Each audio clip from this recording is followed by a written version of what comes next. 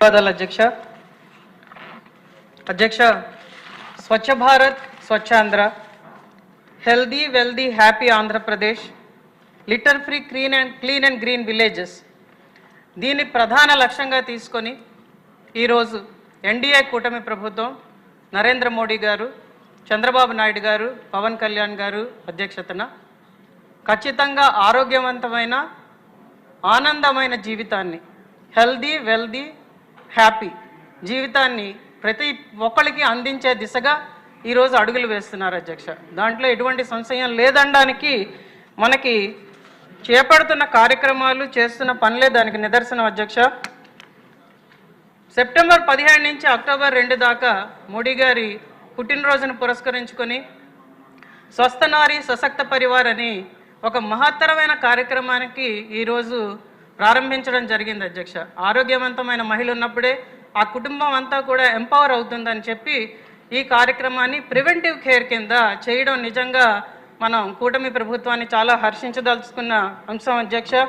అలాగే ఇంకొకటి ఏంటంటే ఐసిఎస్డి పరిధిలో ఉన్న గర్భిణీ స్త్రీలకు కానీ, అలాగే అక్కడున్న పిల్లలకు కానీ న్యాచురల్ ఫార్మింగ్ ద్వారా మనం ఫుడ్ని అందించాలి అన్నదానికి ఒక పైలట్ని మన ప్రభుత్వం ఈరోజు స్టార్ట్ చేయడం కూడా చాలా ఆనందదాయకంగా ఉంది అధ్యక్ష. ఎందుకంటే నిన్నను మన గౌరవ ముఖ్యమంత్రి వర్యులు మాట్లాడుతూ మనం వాడుతున్న కెమికల్ ఫెర్టిలైజర్స్ వల్ల ఈరోజు గాలి కానీ, నీరు కానీ, మనం తింటున్న తిండి కానీ కలుషితం అయిపోతున్నాయి, దాని మీద మనం ప్రత్యేక శ్రద్ధ పెట్టాలన్నది కూడా ఆయన చాలా కూలంకషంగా మనందరికీ చెప్పడం జరిగింది అధ్యక్ష.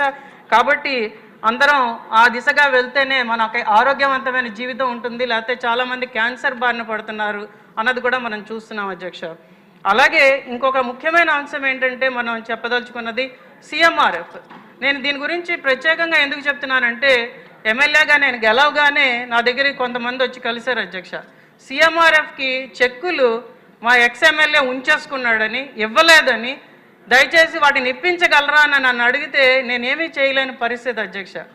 వాళ్ళకి అప్పుడు టైం కూడా అయిపోయింది. తర్వాత మన సిఎంఆర్ఎఫ్ ద్వారా మన ముఖ్యమంత్రి గారు ఆ ప్రోగ్రామ్ని ప్రారంభించిన తర్వాత ఎంతోమందికి లక్షలు కోట్లు ఈరోజు మనం ఇవ్వగలిగి వాళ్ళందరినీ కూడా ఆదుకుంటున్నామంటే నిజంగా ఎన్డీఏ కూటమి ప్రభుత్వాన్ని మరొకసారి మనం హర్షించవలసిన అవసరం ఎంతైనా ఉంది అధ్యక్ష.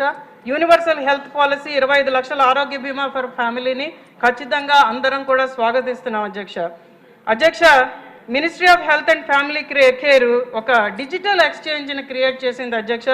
ఈ డిజిటల్ ఎక్స్చేంజ్ అన్నది ఈరోజు మనం కూడా స్టేట్లో ఇంప్లిమెంట్ చేయాల్సిన అవసరం చాలా ఉందని ఈరోజు మంత్రి గారికి మీ ద్వారా తెలియజేస్తున్నాను అధ్యక్ష. ఎందుకంటే మన హెల్త్ ఇప్పుడు మనం వైద్యాన్ని తీసుకుంటే అందులో ముఖ్యంగా మనకి 2 అంశాల్లో చాలా ఎక్కువ ఖర్చు అవుతుంది అధ్యక్ష. ఒకటి డయాగ్నోస్టిక్స్ ల్యాబ్స్, టెస్టులు. ఎందుకంటే ఏ డాక్టర్ దగ్గరికి వెళ్తే ఆ డాక్టర్ వెంటనే టెస్టులు రాసేస్తున్నాడు. మళ్ళీ ఇంకో డాక్టర్ దగ్గరికి వెళ్ళి ఆ ముందర తీసుకున్న టెస్టులని అబ్బాయి ఇవి పనికిరావు, మీరు మళ్ళీ టెస్టులు చేయించుకోవాలని చెప్తున్నాడు అధ్యక్ష. కాబట్టి మనం ఈ ఎక్స్చేంజ్ని అడాప్ట్ చేసుకుంటే, ఎందుకంటే స్పెసిఫికల్లీ ఎంఆర్ఐ, సిటీ చాలా ఎక్స్పెన్సివ్ కాబట్టి మనం వాటన్నిటినీ కూడా ఆన్లైన్ తెచ్చుకోగలిగితే ఖచ్చితంగా ఆ పేషెంట్ తాలూకా రికార్డు ఉంటుంది. ఎక్కడ ఇండియాలో కానీ ఎక్కడైనా కానీ వాళ్ళు ఇండియాలో ఎక్కడైనా వైద్యం సదుపాయాలు తీసుకున్నా కూడా, లేకపోతే ఒక డాక్టర్ నుంచి ఒక డాక్టర్కి మారినా కూడా ఇది అందుబాటులోకి వస్తుందని చెప్పి మంత్రి గారిని దీని మీద కొంచెం దృష్టి పెట్టమని చెప్పడం జరుగుతున్నది అధ్యక్ష.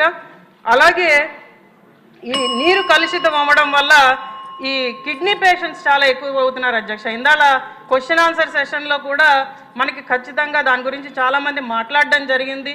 ప్రతి చోట డయాలసిస్ సెంటర్లు పెట్టలేరు కాబట్టి ఉత్తరాంధ్రలో మాకు ఎవరైనా వెళ్ళాలి అంటే కేజీహెచ్కే వెళ్ళాలి అధ్యక్ష. ఎంత దూరమైన శ్రీకాకుళం దగ్గర నుంచి చివరికైనా కేజీహెచ్కే రావాల్సిన అవసరం ఉన్నది.